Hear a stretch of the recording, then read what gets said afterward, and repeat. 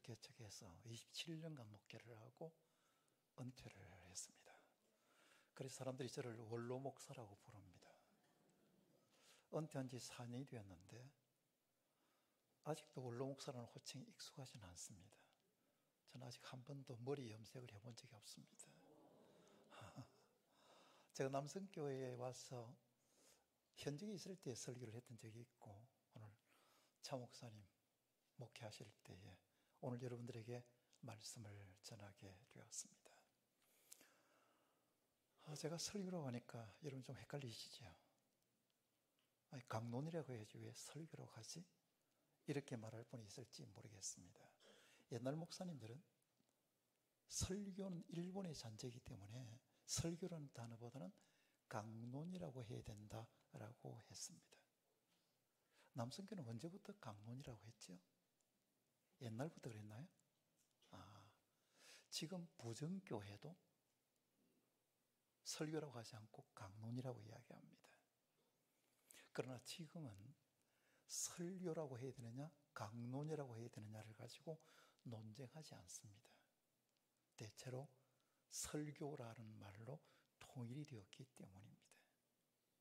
그래서 강론이라고 해도 되고 설교라도 해도 되는 거지. 제가 오늘 처음 제 차 목사님 뵀습니다. 참 좋은 분이네요. 목사의 큰 복이 있다면 좋은 교인을 만나는 겁니다. 특히 좋은 장로님을 만나는 것이 목사에게는 너무 큰 복입니다. 그런데 반대로 생각하면 교인은 가장 큰 복이 있다면 좋은 목사님 만나는 복입니다. 좋은 목사님을 만나야 행복하게 신앙생활을 할 수 있습니다. 여러분은 이미 그 복을 받은 줄로 믿습니다. 스피노스 조디아티 목사님이 살아있는 교회와 죽어가는 교회를 판별하는 기준을 10가지로 제시했는데 그 중에 하나가 살아있는 교회는 변화하지만 죽어가는 교회는 항상 똑같다 그랬습니다. 진리는 변하지 않고 또 변해서도 안 되지만 진리를 담는 그릇은 항상 변해야 합니다. 그러면 이 변화를 이끌어 가시는 분이 누군가? 담임 목사님입니다. 70년의 역사를 넘은 남성교회가 우리 차 목사님을 통해서 새로운 변화를 이루어가는 교회가 되기를 소망합니다. 목사님께서 제게 강론 시간은 50분 정도 하시면 됩니다. 그랬습니다. 우리 교회에서 93세 된 목사님을 초청해서 재직 세미나를 했습니다. 그런데 세미나 30분 정도 하고 설교를 마쳤습니다. 예배를 마치고 나서 제가 목사님께 목사님 설교를 왜 그렇게 짧게 하셨습니까? 그랬더니 그 목사님이 93세라고 그랬습니다. 나이 든 목사가 설교 길게 하면 교인들이 안 좋아해. 그런데 제가 은퇴를 했잖아요. 은퇴하고 나서 제가 다른 교회 설교를 쭉 하러 가면 그 목사님 말이 귀에서 떠나지 않는 거예요. 나이 든 목사가 설교 길게 하면 교인들이 안 좋아해. 그 목사님 말씀 생각하면서 오늘 말씀을 전하고자 합니다. 그러나 30분은 너무 짧은 것 같고 조금 더 길게 하고 싶습니다. 오늘 우리가 일꾼 재직 세미나 이렇게 되어 있는데 재직이 뭡니까 여러분? 재직은 교회의 모든 직분을 말합니다. 목사, 장로, 시무집사, 권사, 서리집사 이 모든 직분자들을 재직기다 혹은 재직원이다 이렇게 이야기합니다. 교인들이 한 주간 살아가는 삶이 그렇게 녹록하지 않습니다. 치열한 삶의 현장에서 믿음 지키며 산다는 거 쉽지 않습니다. 그러면 오후 예배 정도는 좀 푹 쉬도록 해줘야 되는데 왜 이렇게 교인들을 또 일꾼 세미나라는 이름으로 강의를 들어야 되고 말씀을 들어야 되는가 불평할 수 있습니다. 그러나 아는 것만큼 행할 수 있기 때문에 우리는 부단히 배우는 것입니다. 오늘 우리가 읽은 본문은 예수님께서 베다니에서 사역했을 때에 일어났던 사건을 내용으로 하고 있습니다. 저는 이 본문을 살펴보면서 말씀이 주는 교훈을 여러분과 함께 나누고 싶습니다. 그래서 왜 헌신해야 하는가 라는 제목으로 오늘의 메시지를 전하고자 합니다. 이 본문은 우리가 성경 여러 곳에 있습니다. 그런데 그 중에 가장 근접한 것이 요한복음 12장입니다. 조금 서로 다른 것도 있지만 내용은 거의 동일합니다. 그러면 본문을 같이 살펴보겠습니다. 6절입니다. 함께 읽어볼까요? 다 같이 읽어보겠습니다. 성경 한번 올려주시겠습니까? 다 같이 읽어볼까요? 예수께서 베다니 나병 환자 시몬의 집에 계실 때에 7절도 함께 올리실까요? 다 같이 읽어봅시다. 한 여자가 매우 귀한 향유 한 옥합을 가지고 나와서 식사하시는 예수의 머리에 부으니. 예수님께서 베다니 마을에 가셨을 때에 시몬이라는 사람의 집에 초청을 받아서 거기에서 식사를 하셨습니다. 시몬은 나병 환자였습니다. 우리로 말하면 요즘 우리가 익숙하지는 않지만 문둥병자입니다. 나병 환자로 있다가 예수님으로부터 고침을 받고 예수님을 식사의 자리에 초청해서 지금 잔치를 베풀고 있다, 이렇게 보시면 됩니다. 그 자리에 예수님께서 사랑하셨던 마리아, 마르다, 나사로 이 3남매도 함께 있었습니다. 그래서 학자들은 시몬이 마르다의 남편이 아닐까? 이렇게 이야기하는 사람도 있습니다. 식사하시는 자리에서 한 여자가 귀한 향유옥합을 가지고 와서 예수님의 머리에 부었습니다. 요한복음 12장에서는 이 여자의 이름을 마리아라고 했습니다. 마리아가 예수님의 머리에 향유를 부어드렸습니다. 이 향유는 이스라엘 땅에서 유통되던 향유 중에 가장 값비싸게 거래되던 나드 향유였습니다. 요한복음 12장에서는 이 향유의 가격을 300데나리온이라고 했습니다. 이 돈이 얼마나 큰 돈이냐면 그 당시에 노동자 하루 품삯이 1데나리온이었습니다.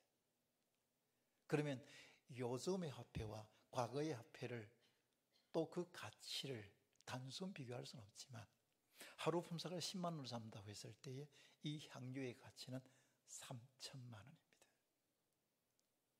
이렇게 비싼 향유를 마리아가 예수님의 머리에 부어드렸습니다. 그럼 마리아가 왜 예수님의 머리에 향유를 부었을까? 그 이유가 무엇이었을까? 12절을 함께 보겠습니다. 다 같이 볼까요?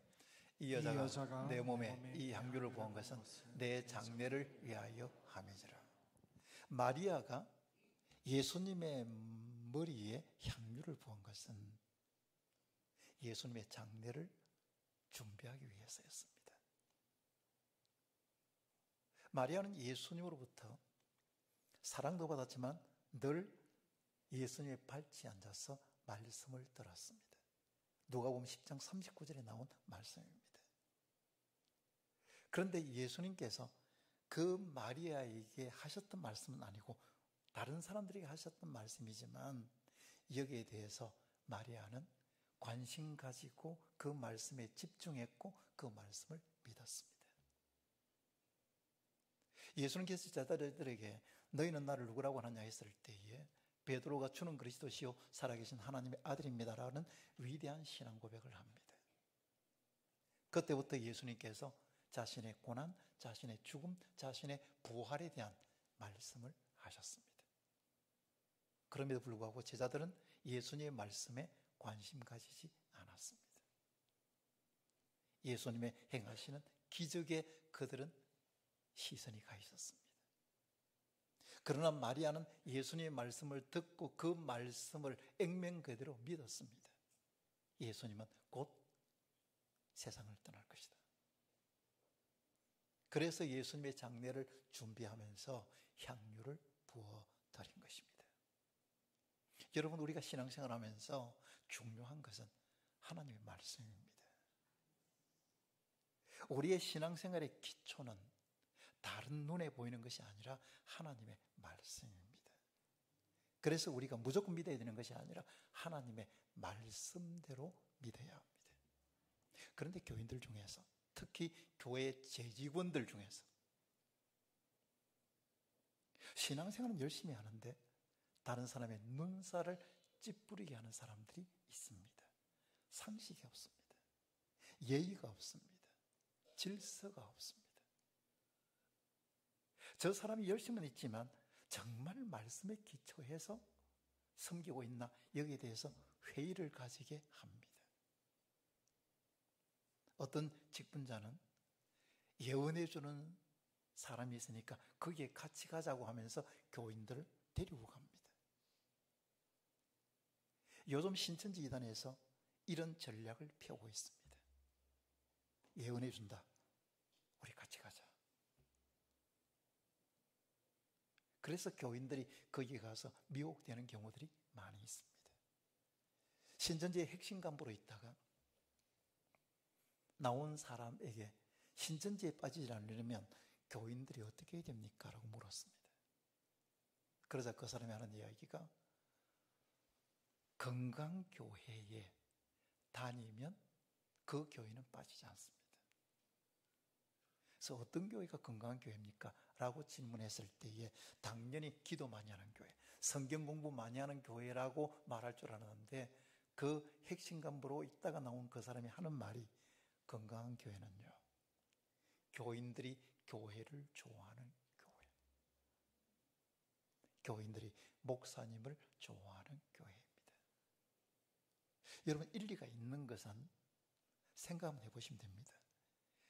교인이 교회를 좋아하는데 다른 이단화 사이비 종파에 빠지겠습니까? 자기 교회를 좋아하는데. 교인이 자기 목사를 좋아하는데 다른 사람에 가서 기도받고 그리고 기도받겠다고 거기에 교인들을 데리고 가겠습니까? 건강한 교회는 교인들이 교회를 좋아하고 목사님을 좋아해야 합니다. 여러분, 교회의 재직원이라면 교회를 사랑해야 되지 않겠습니까? 그리고 본인 교회를 이끌어가는 목사님을 사랑해야 되지 않겠습니까? 좋아해야죠. 목사님을 좋아하지 않으면 신앙생활을 행복하게 할 수 없습니다, 여러분. 목사님하고 관계가 깨어졌는데 나는 너무 행복하게 신앙생활하고 설교가 너무 마음에 든다, 이런 교회는 없습니다. 왜냐하면 설교는 목사라는 인격의 그릇을 통해서 나오기 때문입니다. 관계가 안 좋으면 설교가 경사지게 들리는데, 요즘 말로 삐딱하게 들리는데 어떻게 은혜를 받을 수 있겠습니까? 그러면 우리가 지금 현재 성경을 이렇게 쭉 보고 있는데, 마리아가 예수님에게 향유를 부어드린 것은 예수님의 장례를 준비하기 위함인데, 그에게는 무슨 동기가 있을 거 아니에요. 향유를 부어드린 동기는 예수님에 대한 사랑 때문입니다. 자신을 구원해 주신 그 예수님의 은혜가 너무 감사하니까, 그 예수님을 사랑하는 마음이 드니까 자기가 가진 그 값비싼 향유가 아깝지 않았습니다.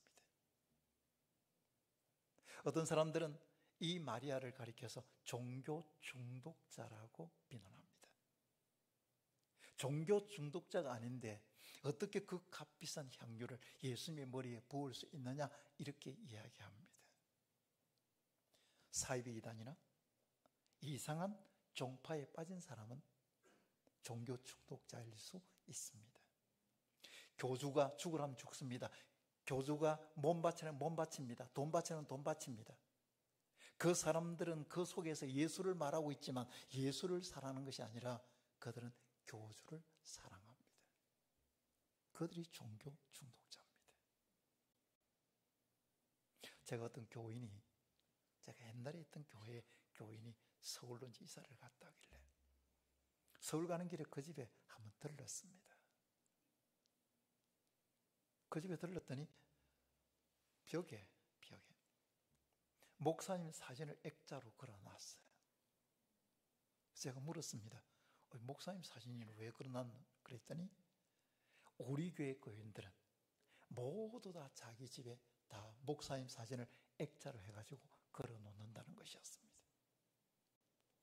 혹시 여러분 집에 차 목사님 사진 걸어놓은 분 있습니까? 이 교회가 이단으로 정죄되었습니다.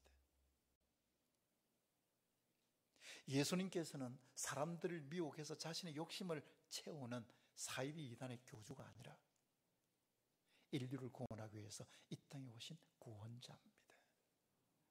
마리아는 자신을 구원해 주신 그 예수님의 은혜가 너무 감사하고 그 예수님에 대한 사랑 때문에 자신의 모든 것을 아낌없이 드릴 수 있었는데 그 중에 가장 귀한 것이 바로 향유였습니다. 여러분, 사람도 사랑하면 헌신하게 되어 있습니다. 내가 이 사람을 사랑하니까 이 사람 위해서 헌신하는 것은 너무나 당연한 거 아니겠습니까? 어떤 할머니가 노인대학을 갔습니다. 근데 노인대학에서 할아버지 한 사람에게 눈이 꽂혔습니다. 그 할아버지를 사랑하게 되었어요. 서로, 여러분, 할아버지 할머니도 서로 데이트도 합니다. 데이트를 하는데 할아버지가 하는 말이 담배를 끊었으면 좋겠다 이렇게 이야기했어요. 그 한마디 말에 할머니가 한순간에 담배를 끊었습니다. 수십 년 동안 피워오던 담배를 이 할머니가 한순간에 끊을 수 있었던 이유, 그 동기가 무엇이었습니까? 할아버지에 대한 사랑 때문이었습니다. 사랑하면 헌신하게 되어 있습니다. 남편이 아내를 사랑하는데 아내를 위해서 자신의 시간 들이는 걸 아까워한다, 물질 들이는 걸 아까워한다, 그건 사랑이 아닙니다, 여러분. 남편이 아내를 사랑한다면 아내를 위해서 시간 쓰는 거, 돈 쓰는 거 아까워하지 않습니다. 만약에 이런 것에 아까워하고 헌신하지 않는다면 다른 이유를 찾아야 되는 것이 아니라 아내에 대한 사랑이 식어졌다고 봐야 합니다. 저는 결혼 주례를 참 많이 했는데요, 주례할 때에 제가 신랑에게 이런 말을 한 적이 있습니다. 그리스도께서 교회를 사랑해서 교회를 위해서 자신을 주신 것처럼 남편도 아내를 사랑해야 된다라고 이야기했습니다. 자, 예수님께서 교인들을, 교회는 교인들이 있잖아요, 교인들을 사랑해서 자신을 죽였던 것처럼 남편도 아내를 사랑해야 된다고 하면 아내 왜 죽어야 된다는 거 아니잖아요. 그래서 결혼식 날은 남편이 아내를 위해서 죽겠다고 생각하는 날이다. 오늘 신랑이 신부를 위해서 죽겠다고 생각하는 날이 바로 결혼식 날이다, 이렇게 이야기를 합니다. 여러분, 남편이 아내를 위해서 죽기를 각오하면 못할 것 없는 거 아니겠습니까? 내가 시간 내는 거, 내가 돈 쓰는 거, 이런 것이 아깝지 않는 거 아니에요. 왜냐하면 사랑하면 헌신하게 되어 있기 때문입니다. 제 아내가 대상포진으로 고생을 했습니다. 대상포진은 경험보지 않은 사람은 그 고통 잘 모릅니다. 2주 동안 너무너무 아팠습니다. 토요일이었습니다. 토요일 오후에 제가 교회에서 설교 준비를 하고 있는데 전화가 왔습니다. 여보, 제가 어디 가야 되는데 차 좀 태워줄 수 있어요? 그래서 제가 하는 말이, 아니, 내가 지금 설교 준비가 안 끝나서 나중에 해줄게요 했습니다. 그러니까 집사람이 힘없는 목소리를 알았어요 하고 전화를 끊었습니다. 설교 준비를 하고 있는데 설교 준비가 안 되는 거예요. 어떤 생각이 드느냐면, 너는 아내를 사랑한다고 하면서 아내가 부탁하는 것을 들어주지 않을 수 있느냐, 자꾸 그 마음이 드니까 설교 준비가 잘 안 됐습니다. 정신을 차리고 전화를 했습니다. 네, 지금 가겠다고. 그랬더니 집사람 말한 말이, 올 필요 없다고. 지금 딸하고 가고 있다고. 점수 다 잃어버렸습니다. 때는 이미 늦었습니다. 여러분, 사랑하면 헌신하게 되어 있습니다. 마리아는 예수님을 사랑했기 때문에 자신의 귀한 향료를 아낌없이 예수님께 드릴 수 있었습니다. 우리가 예수님을 사랑한다면 예수님 위해서 우리의 시간과 물질과 재능과 건강을 쏟아붓는 것이 결코 아깝지 않을 겁니다. 여러분이 왜 헌신해야 됩니까? 여러분이 교회 재직원으로서 왜 교회를 위해서 헌신해야 됩니까? 왜 하나님의 나라의 확장을 위해서 헌신해야 합니까? 예수님을 사랑하기 때문입니다. 다시 본문으로 돌아가 보겠습니다. 8절과 9절입니다. 다 같이 읽어볼까요? 제자들이 보고 분개하여 이르되 무슨 의도로 이것을 허비하느냐? 이것을 비싼 값에 팔아 가난한 자들에게 줄 수 있었겠도다 하거늘. 제자들이 마리아가 예수님께 향유를 붓는 것을 보고 뭐라고 이야기했냐면, 무슨 의도로 이것을 하느냐? 이것을 가난한 값에 팔았어. 가난한 사람들에게 도와줄 수 있도록 이것을 팔면 많은 돈이 생길 텐데 왜 허비하느냐라고 책망했습니다. 요한복음 12장에서는 가룟 유다가 이 향유를 300데나리온에 팔아 가난한 자들에게 줄 수 있었겠도다 라고 했습니다. 마리아는 예수님을 사랑하는 마음으로 헌신한 것인데 제자들은 그 헌신에 대해서 그 진심을 알아주지 않고 비난했습니다. 여러분, 한번 상식적으로 생각해 보면 이 향유가 누구 겁니까? 제자들 겁니까? 아닙니다. 마리아의 겁니다. 그런데 왜 제자들이 마리아의 것을 가지고 선심 쓰는 겁니까?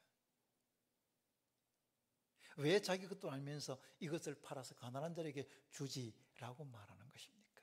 이것은 헌금은 하나도 하지 않으면서 교회가 헌금 관리를 이렇게 하냐 저렇게 하느냐 따지는 사람과 같습니다.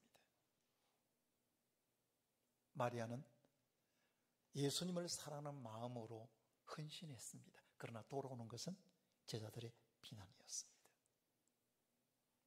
오늘날도 교회의 재직원들, 특별히 교회를 앞장서서 섬기는 사람들이 제대로 알아보지도 않고 함부로 판단하고 함부로 비난하는 사람들 있습니다. 저는 목사로 있으면서 재직회 공동회의 당에 참 많이 했습니다. 그런데 교회를 앞장서서 섬기는 일꾼들이 자기 마음에 맞지 않는다고 화를 내고 큰 소리칩니다. 교회의 주인이 하나님이라면 하나님 외에 큰 소리 쳐야 될 사람이 있습니까? 없습니다. 장로님, 시무집사님, 권사님 이런 분들은 교회에서 월급 받는 것이 아닙니다. 아무런 대가도 바라지 않고 그들은 묵묵히 하나님의 교회를 위해서 헌신한 사람입니다. 그런데 교회에 무슨 일을 하다가 실수할 수도 있고 잘못할 수 있는데 그것을 자기 직분 다루듯이 함부로 판단하고 함부로 비난하는 사람들이 있습니다. 화를 내고 그리고 마치 자기 종이라도 되는 것처럼 책망합니다. 여러분, 교회의 재직원들은 말을 좀 잘해야 합니다. 다른 사람에 대해서 말할 때는 좀 좋게 말할 습관을 가져야 됩니다. 교회 재직원들이 분노를 절제하지 못하면 교회는 힘들 수밖에 없습니다. 왜 저 사람은 저렇게 화를 내지? 교회에서 화를 내야 될 일이 하나도 없는 거 아니에요, 여러분? 교회에서 섬기는 일꾼들 중에서 사례금 받고 하는 사람들, 교역자 외에 직원 외에 누가 있습니까? 그런데 그렇게 자기의 분노를 절제하지 못하고 쏟아부으면 교인들이 받는 상처는 너무나 큽니다. 이 땅에 완전한 교회는 없습니다. 큰 교회든 작은 교회든 이런저런 문제가 있습니다. 그런데 문제를 대하는 교인들의 태도는 동일하지 않습니다. 교회의 문제를 보고 어떤 교인은 비난합니다. 불평합니다. 원망합니다. 그러나 어떤 교회는 교회의 문제를 보고 자신의 기도 제목으로 삼고 하나님 앞에 교회를 위해서 기도합니다. 누가 교회를 사랑하는 사람입니까? 어둠을 어둠이라 말하는 거 쉽습니다. 썩은 것을 썩었다고 말하기는 쉽습니다. 그러나 교회를 사랑한다면 어둠 속에서 빛이 되어야 되고 썩는 가운데서 소금이 되어야 되는 것 아니겠습니까? 저는 교회에서 다툼의 현장을 많이 봤습니다. 제가 노회의 임원으로 있으면서 교회 다투는 거기에 조사위원으로 가기도 하고 그랬었습니다. 그런데 대부분 무엇에서 이 분쟁들이 일어나는가 봤더니 다 말에서 시작됩니다. 불평에서 시작되고 비난에 시작됩니다. 그래서 교회 직분자들은 말을 좀 은혜롭게 해야 합니다. 말을 좀 덕스럽게 해야 된다는 말이에요. 말에는 사람을 살리는 말이 있고 죽이는 말이 있는 거 아닙니까? 저는 목사로서 교인들이 어떤 때에 비수같이 꽂히는 말을 하면 밤에 잠이 안 와요. 사람을 죽이는 말입니다. 어떤 교인은 목사님 참 목사님 감사합니다. 그러면서 위로하고 격려하는 것은 사람을 살리지. 어떤 목사님이 들은 이야기입니다. 예배를 마치고 교인들하고 인사를 하는데 한 여자 교인이 오면서 목사님 오늘 말씀 은혜 받았습니다 라고 했습니다.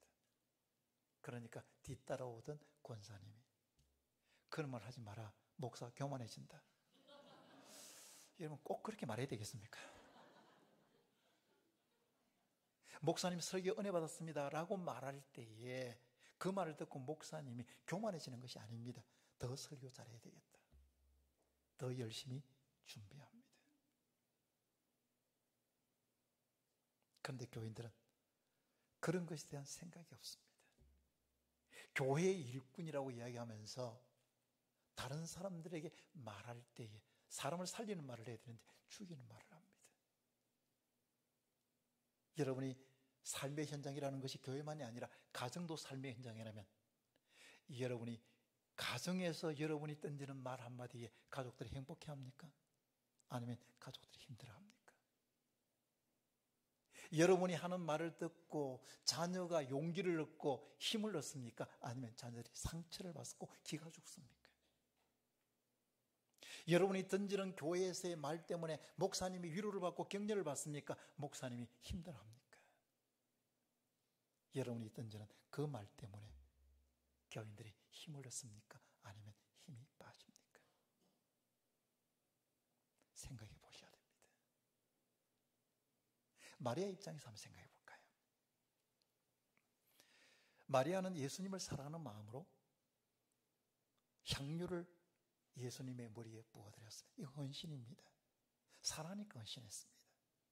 그런데 돌아오는 것은 제자들의 비난이었습니다. 한 집사님이 저를 찾아왔습니다. 목사님, 제가 교회를 위해서 열심히 섬겼는데요. 사람들이 저를 보고 잘난 체 한다고 너무 앞서지 말라고 이야기합니다. 교인들이 저 집사가 저렇게 열심히 하는 것은 권사 되려고 한다. 오해를 했습니다. 그 집사님이 제보고 하는 이야기입니다. 목사님, 이런 비난을 받을 바에야 저는 봉사 그만두는 것이 좋겠습니다. 제가 이렇게 이야기했습니다. 집사님, 아닙니다. 여기서 그만두시면 안 됩니다. 묵묵히 하나님만 바라보고 계속해서 섬겨야 됩니다. 라고 했습니다. 저는 그 말을 듣고 두 가지 마음이 교차했습니다. 하나는 열심히 봉사하다가 비난받고 봉사를 그만두고 싶어하는 그 집사님의 마음이 생각이 나니까 아팠습니다. 우리 교인들의 수준이 이것밖에 안 되나 라고 생각하니 그것도 아팠습니다. 왜 이럴까라는 생각 때문에. 우리 찬송가에 보면 어두운 밤 시되리라는 찬송이 있습니다. 이 찬송의 내용은 이렇습니다. 어두운 밤이 속히 올 것이다. 그땐 일할 수 없다. 일할 수 있을 때 열심히 해야 된다는 것입니다. 그렇습니다, 여러분.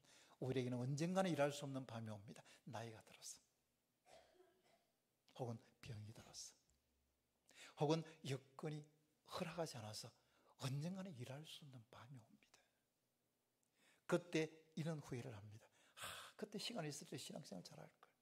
내 그때 여건 좋았는데, 내가 건강했는데, 그때 내가 열심히 봉사할 걸. 내가 그때 돈 많았는데 하나님의 교회를 위해서 좀 더 마음껏 좀 사용했으면 좋았을 걸 라고 후회합니다. 부산대학 옆에 한 교회가 있습니다. 그 교회 집사님이 고신대학병원에 입원했습니다. 목사님이 신방을 갔습니다. 병실 문을 열고 들어가면 목사님 오셨습니까? 이렇게 되잖아요. 그 집사님이 첫 번째 한 말이 뭐냐면 목사님 봉사하겠습니다. 교회에서 봉사로 그렇게 이야기했는데 본인이 병상에 딱 누우니까 그 생각밖에 나지 않더라는 거예요. 내가 봉사해야 됐는데 봉사 안 했다. 그때 그렇게 목사님 부탁했는데 왜 내가 하지 않았지? 자꾸 그 생각만 들더라는 거예요. 여러분, 우리에게는 언젠가는 일할 수 없는 밤이 옵니다. 혹시 작년까지 열심히 봉사하다가 올해 봉사를 쉬고 있는 분이 있습니까? 좋은 말 할 때 다시 시작하십시오. 내 시간과 물질과 재능과 건강을 쏟아 부어야 될 때는 바로 지금밖에 없습니다, 여러분. 바로 지금이 내가 하나님의 영광을 위해서 살아야 될 때고 헌신해야 될 때입니다. 이렇게 말할 수 있습니다. 나 요즘 힘들어서 못합니다. 내 요즘 시간이 없어서 바쁩니다. 내가 사람들 비난 받아가면서 내가 뭐 봉사할 필요가 있겠습니까? 라고 말할 수 있습니다. 그러나 우리는 이렇게 생각해야 합니다. 나에게는 언젠가는 일할 수 없는 밤이 올 것이다. 그때 후회하는 어리석은 사람이 되지 않고 지금 내게 기회가 주어졌을 때 최선을 다해서 섬기는 것이다. 이것이 우리가 가져야 될 마음입니다. 여러분, 교회를 사랑하십니까? 교회를 헌신해야 합니다. 여러분이 열심히 섬길 때에 다른 사람으로부터 비난받을 수 있습니다. 오해받을 수 있습니다. 그때 여러분은 내가 봉사를 그만둬야 되겠다. 그 생각하면 사탄의 괴계에 넘어가는 겁니다. 사탄은 우리의 봉사를 멈추게 하려고 온갖 전략을 다 씁니다. 그 작전에 넘어가지 않으려면 우리는 묵묵히 하나님만 바라보고 헌신하는 것이 필요합니다. 내가 열심히 봉사할 때에 비방받는다고 생각하면 그때 우리는 선택해야 됩니다.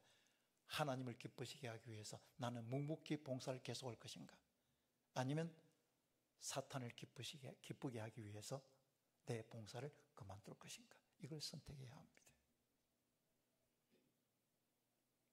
시간이 다 가기 때문에 우리 교회를 위해서 수고하시는 권사님, 여집사님들을 좀 격려하고 싶습니다. 사회적으로 여성들은 항상 무시당했습니다.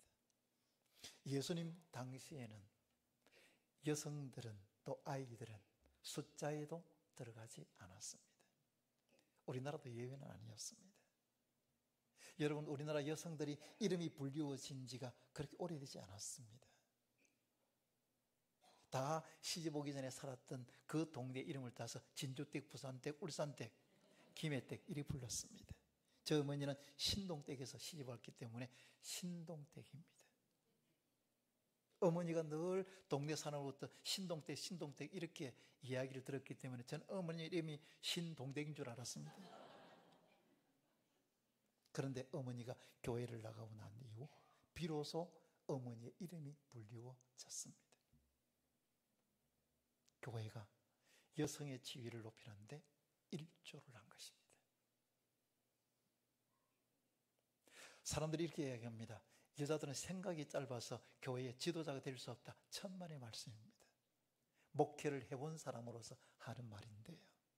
남자 교인들보다도 여자 교인들이 신앙생활도 더 잘하고 통도 큰 사람이 많습니다. 다 그런 건 아닙니다. 헌금을 해도요, 남자들은 째째한데 여자들은 통 큽니다. 제가 목회를 해보니까 남자 교인들 째째합니다. 속 좁은 사람 많습니다. 여러분, 교회 여성들, 앞장서서 섬기는 권사님들, 여자 집사님들, 부엌에서 봉사만 하는 분들이 아니라 이분들은 존중받아야 될 분들입니다. 여성 직분자들은 기죽지 말고 교회를 섬기시기 바랍니다. 남자 교인들은 여성 교인들을 무시하지 말고 존중하시기 바랍니다. 그래야 교회가 은혜롭게 부흥할 수 있습니다. 말씀을 맺겠습니다. 사랑하는 성도 여러분, 고린도전서 15장 10절을 함께 읽어보십시다. 다 같이 한번 읽어볼까요? 그러나 나 된 것은 하나님의 은혜로 된 것이니 내게 주신 그의 은혜가 헛되지 아니하여 내가 모든 사도보다 더 많이 수고하였으나 내가 한 것이 아니요 오직 나와 함께 하신 하나님의 은혜로라. 이건 사도 바울의 고백입니다. 내가 나 된 것은 하나님의 은혜다. 내가 많이 수고했지만 다 하나님의 은혜다라고 했습니다. 이 바울의 고백은 우리 모두의 고백입니다. 여러분, 우리 교회 집사님이 택시 기사를 하는데 사고에서 사고가 나가지고 새벽 1시에 고신대학병원으로 실려왔습니다. 한 달 만에 세상을 떠났습니다. 제가 병원에 가보니까 이 온 얼굴에 붕대를 감고 있고 여기 입에는 마우스피스를 끼워가지고 콧줄로 음식이 들어가고 있었습니다. 제가 기도하고 나왔습니다. 점심때 밥을 먹는데 가슴이 울컥했습니다. 나는 내가 내 손으로 밥을 입으로 가져가는 것을 당연하다고 생각했는데 이것도 하나님 은혜구만. 방금 마우스피스 끼우고 목으로 이 콧줄로 들어가는 음식물을 내가 봤는데 내가 음식물을 씹을 수 있다는 것이 당연한 것이 아니구나. 이건 하나님 은혜구나. 그러니까 울컥하게 된 거예요. 다람쥐 쳇바퀴 돌듯이 반복되는 우리의 일상이지만 그 어느 것 하나도 당연한 건 없는 거예요. 다 하나님의 은혜입니다. 기독교 역사관의 중요한 전제 중에 하나가 사람이 역사를 이끌어가는 것이 아니라 하나님께서 역사를 이끌어가는 겁니다. 사람이 역사를 이끌어간다면 우연이란 존재하지만 하나님께서 역사를 이끌어간다면 우연이란 존재하지 않습니다.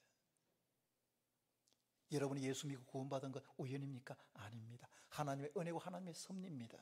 여러분이 남성교회의 교인이 된 것 여러분이 선택했습니까? 아닙니다. 하나님의 섭리고 하나님의 부르심입니다. 이것은 하나님의 섭리란 말이에요. 우리가 교인 이야기하면요, 남구에서 우리 교회로 이사를 왔는데요, 그 교인이 우리 교회에서 1km 정도 떨어진 대청교회 한 달 동안 예배 드렸거든요. 그리고 예배를 드리고 이제는 등록하겠다고 생각하고 차를 기다리고 있었습니다. 그 차가 왔길래 차를 타고 갔습니다. 도착해 보니 대청교회가 이사교회네. 이사교회 차를 잘못 탔습니다. 그런데 예배 시간이 다 되니까 더 이상 그 교회까지는 걸어서 못 가는 거예요. 그래서 이번 주일은 이사교회에서 예배드리고 다음 주에 등록해야 되겠다 생각하고 우리 교회 등록하고 우리 교회 예배드리고 바로 등록했습니다. 우리 교회가 대청교회보다 더 좋은 교회다 그런 뜻 아닙니다. 교인이 되는 것은 내가 선택하는 것이 아니라 하나님의 부르심입니다. 여러분이 남성교회 교인이 된 거 여러분 선택이나 누구의 인도함이 있을지 모르지만 그러나 그런조로 들어가 보면 하나님께서 여러분을 남성교회 교인으로 부르셨습니다. 재직원으로 세워진 거 여러분의 노력입니까? 여러분의 능력입니까? 아닙니다. 하나님의 부르심입니다. 하나님의 특별한 섭리 가운데서 여러분이 남성교회의 재직원이 되었습니다. 그렇다면 교회를 사랑해야 되지 않겠습니까? 교회를 위해서 헌신해야 되지 않겠습니까? 요한복음 3장 16절을 우리 암송 한번 해볼까요? 예, 죄송합니다. 한번 읽어보겠습니다. 제가 너무 무리한 요구를 했습니다. 예, 다 같이 한번 읽어볼까요?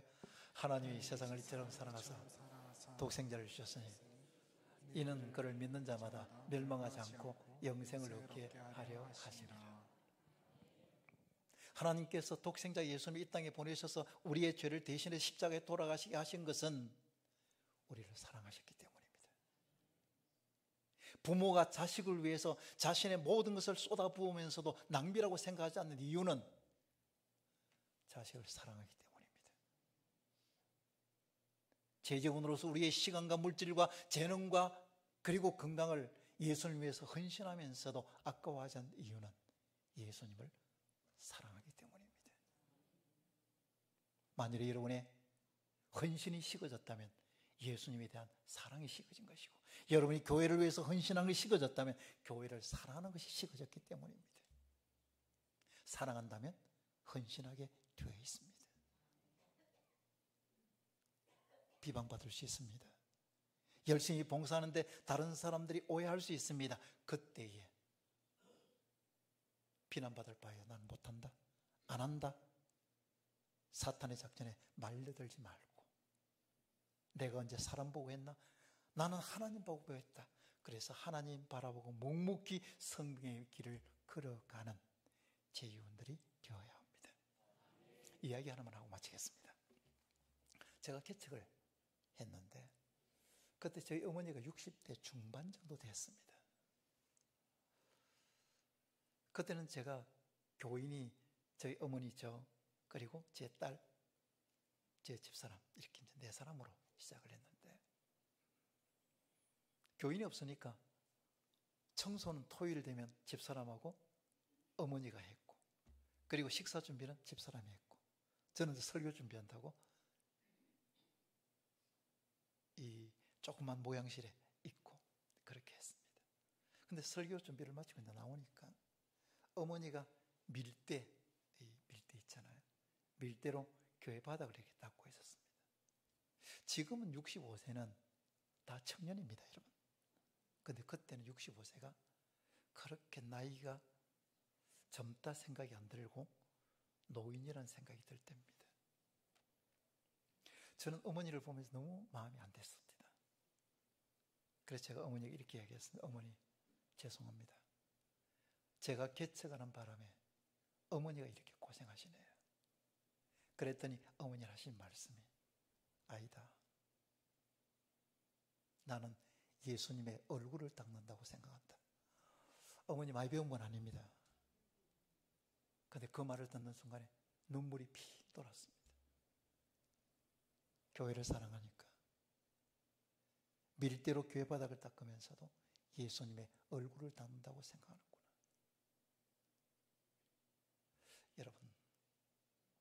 여러분이 교회를 위해서 헌신해야 되는 이유가 뭡니까?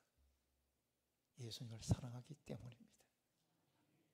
예수님을 사랑하기 때문에 남성교회 교인으로, 남성교회 재직원으로서 나는 시간과 물질과 재능과 건강을 쏟아부으면서 나는 결코 아깝지 않다. 왜? 예수님을 사랑하기 때문에. 앞으로 남은 생애가 얼마나 될는지 알 수 없지만 여러분 남은 생활 동안 예수님을 사랑하는 마음으로 여러분의 헌신을 통해서 그 예수님의 사랑을 보여주면서 살아가는 직분자들과 성도들이 될 수 있기를 축원합니다.